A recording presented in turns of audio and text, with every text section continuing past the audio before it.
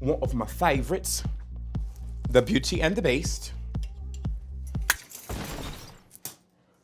Listen, we see what's happening here. Everything just wants to drop on the floor and embarrass me in my own establishment, but I'm gonna pick it up like it ain't happening. Don't pan down when I go get this garment, making me look bad.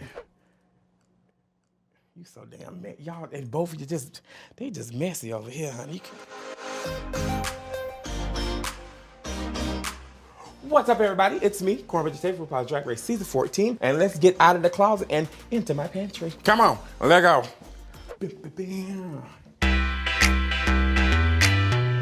Yeah, you like my pantry line? Piece of food line, rebranding. Yeah, I eat cornbread. When did you hear me say that? With the cameras rolling? Where's the proof? Wait, do you like cornbread? No. I actually hate it. Don't tell nobody I said that. Okay. Scene one, take two, Mark. This is why we chaotic. It's one of my favorites. It's a gorgeous coat. I feel like a pimp in this. Is pimp a bad word? Will pimp get me canceled? I feel like an entrepreneur. There we go. I feel like an aggressive entrepreneur in that one. I'm born and raised in South Carolina, yeah. South Carolina is not the most like openly fun kind of place. So I Googled the furthest I could get away from South Carolina with the least amount of money in my pockets. And then I said, okay, good. Now I want to live a bougie life. So then I chose LA because it's very expensive. So it was either New York or Los Angeles. Kornbread was born in Los Angeles, California. I got my body from South Carolina, but definitely my drag persona from Los Angeles, yes. I personally do not like looking at anything drag related if it's like something I have to wear to like gigs and stuff. So listen, disclaimer, this is not all of my drag. This is just the stuff that I had that I wanted to display because other stuff is just what I wear on the road and we're keeping a bunch of storage bins. Baby, I'm giving you the same thing. I'm always on tour. I'm a girl on the go. I don't be touching all this stuff all the time. I don't like looking at it. I hate it. Like, it's like work. No, I did not pull out the only good ones that I had because the cameras were here. Let me go ahead and show y'all what's over here because I put all this out for a reason. It's like, hey, I'm a drag queen and I want to live in West Hollywood. Like, why would I do that? Because I don't want to walk outside and be like, well, I just clocked in, even if you don't want to. It's like a meet and greet as soon as you go check your mail. You can't do nothing. No. So I came out over to downtown, where the only thing to do over here is muggy and offer you CDs out their trunk. I like that kind of aesthetic. It gets me away from drag.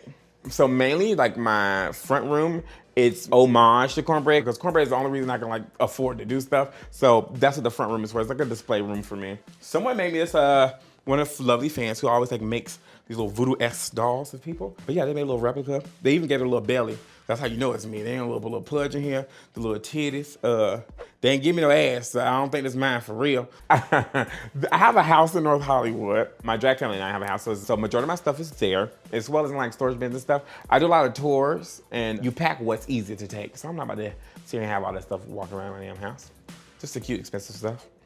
All right, now it's time to get into a few of these looks, but before we do, this is my favorite thing. All right, so there's storyline behind all of this. This is actually a headpiece, and it's like a piece of cornbread, hashtag me. During the first episode where I came out during the talent show, I had the Rumart bag. So all the ingredients in the Rumart bag were ingredients to make cornbread. So I was like, okay, cool. If I come out do the talent show in this, my runway for that was supposed to be signature. So I was gonna come out in something that was basically I made myself, you know, from the store to now. Talent show, knew I had it in the bag, obsessed. Also told them I was eating 120 hot dogs and they all believed it. So I was like, yeah, I'm eating hot dogs. They were like, holy crap. So when I walked out and I had the bag, they thought hot dogs was in it. They didn't realize I was eating them up on the stage. But yeah, I loved it. But that episode, Lizzo was there. So I was like, okay, when Lizzo came into the workroom, she had this stone mesh outfit on. And I was like, oh my God, I have one just like that. And Kara was like, Kornbread, you should wear it. I was like, you know what? I think I am, because why would I not wear it? So that's why I put on the bodysuit, which I perform in, and the bald head, which I liked. And I still enjoy. But yeah, I won in the episode, so I don't think I made no bad decision. But yeah, that's where that one comes from. Do you ever make anything yourself? Like cook? No, drag, like looks. You saw the damn season. You saw the outfit I had on. Hell no, I'll be making out for myself. I do make myself crazy by like buying a lot of stuff. Oh, my favorite part. This is my lovely aquarium. It's a coffee table aquarium. I told myself if I ever get the place that I wanted to move into, I wanted an aquarium that was a coffee table, and I finally got one. And I only have 4 fish in there. It's Beyonce, Jay-Z, Kelly, and Solange. I didn't get Michelle a fish yet because I didn't have one that looked like her. And this is my plant I have been raising for about 12 years. I'm lying, I actually paid $40 from Amazon to get a plastic tree delivered. Did you get the fish? Not this fish, this fish. Okay, good, you got it. All right, so let's get into the looks. Plain and simple, I've said a billion times, fat, black, and uncomfortable at all times. I'm fat, so everything I wear is gonna be fat. I'm black, so everything I wear is gonna be from a black person, and then uncomfortable because anything that's not loose and flowy hurts, and I like to wear a lot of corsets, snatch, pull, pluck, tuck, and everything. So yeah, fat, black, and uncomfortable at all times. Like right now. Tell me I'm lying. So where do we want to start? Oh, let's start promo. Let's do promo. Pokemon game board piece, lots of vibrant colors. My titties look great. We're game pieces, and my character was like a electric kind of thing. So that's where the bodysuit comes from. I'm grabbing a string that doesn't belong on it. But basically it had a skirt that tied around it, and the electricity went all the way up, and then it started off in the ball in my head. This is the promo wig. It's very, very heavy. It slipped back a lot of times. I can't wear it anywhere else because yeah, it's a stressful piece, but I like it. It cost me a lot of money, so I want to keep it. The crazy part is, even before they told us what the theme was, I already had the shape of everything that I wanted, like from the jump. And so I knew a couple of like designs that I liked, and this one in particular helped kind of yank me in shape-wise, and then flared out in the hips and then upwards. So I knew exactly what style wig I wanted. I knew exactly what style outfit I wanted, but I just didn't know what the color scheme or the theme was, but I knew I could fit it into that. And it just happened to work out perfectly that it was like a game board piece. Only one choice. I make one decision. Beyonce does one take, I make one decision. Always. It's the only way. No, because people gonna be mad as hell if I put this the opposite way the rest of them hangers, and I ain't got no time to be fighting nobody in the comments like I used to be. I'm a changed woman. A lot of people don't know that. So like, but they should. Like I enjoy a lot of like dark humor and like a lot of dark things, because they're fun. You know, it's like it's something that I draw towards. I think that's why like Willow and I are like really cool with each other, because we get that like weird side of each other. I enjoy a lot of like very much like old vintagey, witchy, very much. Oh my gosh, she's about to go on the steak realness, not the meat steak, but like the steak where they stab you on. I always think I was talking about food because we talking about fat, like uncomfortable. Yeah, like the Salem realness, you know, witch trials. But it's the burn like that. And then this one, I have a thing with horns. I'm a very horny person. Boom, boom. I don't know. I keep telling you I'm a horny person, but like not even in that aspect. It's just like demons. They lurk in my body. And sometimes they just sneak out, and I'm kidding. They're just like really cool. I am not a demon during the day. At nighttime, like it's just like a mythical creature, a beast. You know, unicorns. They have horns. I mean, there's one of them just missing. Why do I like horns? Let's switch it up. This feels like therapy. That's a deep question. And she's never asked me that. Now I have to fire her because she never asked me why I like horns. No, I don't know. It's just cute. This one is like a standard wig I always do. I have this in almost like every color because I do like songs like Push the Button and like burlesque-esque numbers. So this one always goes well with it. Makes me look edgy when I'm not really trying. I like the pinup era. A lot of plus size people don't do pinup. There's pinup like plus size black people, but like there's not a lot of them. I like toying with that. I want to do what you tell me that I cannot do. And there's a lot of people that don't do the stuff that I do. So yeah, I like that vintagey look. Oh, this one. So this one is the leotard award for the talent show. So I had the denim shorts on with the hoop earrings on it that Michelle called belt buckles, but they were actually hoop earrings. And then the fried chicken necklace. Funny story about the fried chicken necklace. I was gonna wear the necklace for the confessionals or the interview portions, but they didn't allow me to. They kept saying it was gonna hit the microphone. And I'm like, okay, girl, fine, I'm gonna put it away. I'm never gonna wear it. But I was lying. I walked out with the fried chicken necklace tucked in my bra inside of this leotard, because I'm like, I purchased this for Amazon for $2.44. I am gonna wear it. And then Lizzo looks over me and she goes, is that a chicken necklace around your neck? And I was like, yeah. She cracked up laughing. Then Ru looked at it and started laughing way before I even did my talent show. And I did a little smirk to let them know I was right. But I did sneak that chicken necklace in there. And it became like the most quote unquote iconic thing for me from the season other than my ankle. My claim to fame. Here's my boot. So on the show, I hurt my ankle and I had to go home. So this is the boot that I had from the show. I'm probably gonna stone it and then sell it on Depop so I can make money off of it, because why do I wanna keep something that reminds me of pain? No, yeah, I keep the boot. It's actually my favorite thing from the show. That was rough. I clearly saw myself like to the end of it. However, watching it back and then where I am now, I've always had the ideas and the drive and the talent, but my skill level didn't match what I wanted to present to the world. So honestly, like I enjoyed everything and I took there, but my ankle screwing up and all that, I got to see what I can like develop on. I don't know how my journey would have been if I would have stayed there. We still hate each other. I twist this ankle about every other week. It's not an ankle's fault, it's my stomach, but we cool with each other now because it makes me money. So I think I'm going to keep that one. I was sad at first, but like, you know, it is what it is. It happens. On Drag Race, when you get set for promos and stuff, they have like designers and people there who like help you get all your stuff together, make sure you're looking good and all that stuff. And I did not have a necklace for my promo because I was like, you know, just put the titties up, put the oil on them, and everybody gonna know the difference. But they had this really cute necklace there, so I got this from Drag Race. I still got hair from the blue wig, and there you see it. Monumental. I'm gonna sell it on eBay, $3 a strand. You'd be rich because it's plastic, recycle, reduce, reuse. I'm going green. But yeah, I got it from Drag Race. You're not supposed to take their jewelry, but I took it. I kept it. And don't come to my house asking for it. I tell them kids every day, when I walk into the room, everybody sees 14 new. Baby, I don't look at none of y'all's competition. I came here for myself, and I feel like everybody should be like that. I had a party every day I went in there. I was not nervous about getting ready, because I had this, what I had was what I had. So yeah, I'm gonna put it on, you know? People get nervous like, oh, they told me I need to look better for this or do this. If I ain't got it with me, then it ain't gonna happen. So what was the point of getting nervous? That ain't gonna do nothing but make you look terrible. So yeah. So this is actually one of my favorite garments that I have. Look at my Roomba, you see that? She trying to eat the dress. Roomba tried to eat my dress, girl. The girls is out to get me. Who beefing? Was that the Roomba? Cause you be careful, that Roomba be grabbing stuff. You saw her grab my dress earlier. That bitch got a mind of his own, no shade. Cause don't nobody be down here. Both of them, I got two of them. Got a white and a black one because I believe in equality. So they just be going off by themselves, side note. But yeah, be careful, girl. They're gonna grab your shoes and take them with you. Be gone. This is one of my favorite garments, actually. This was made by G. It's for Godoy, who's a local queen here in Los Angeles. Phenomenal, one of my best friends. They made this, so this is my J-Lo look. Super form fitted. Michelle said she loved this dress.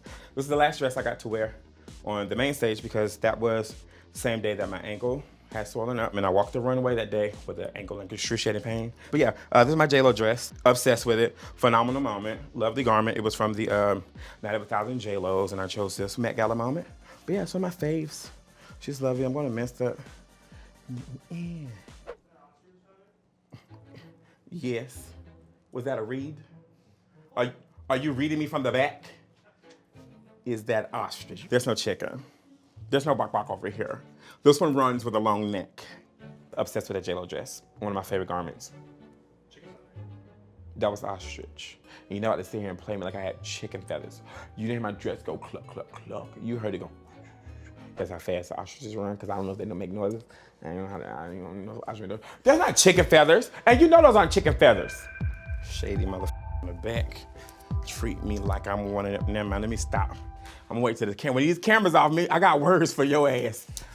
If I had a fashion line and I needed a queen from the show to brand it, I don't know, probably me, honestly. Because like, who else gonna brand you more than you brand yourself?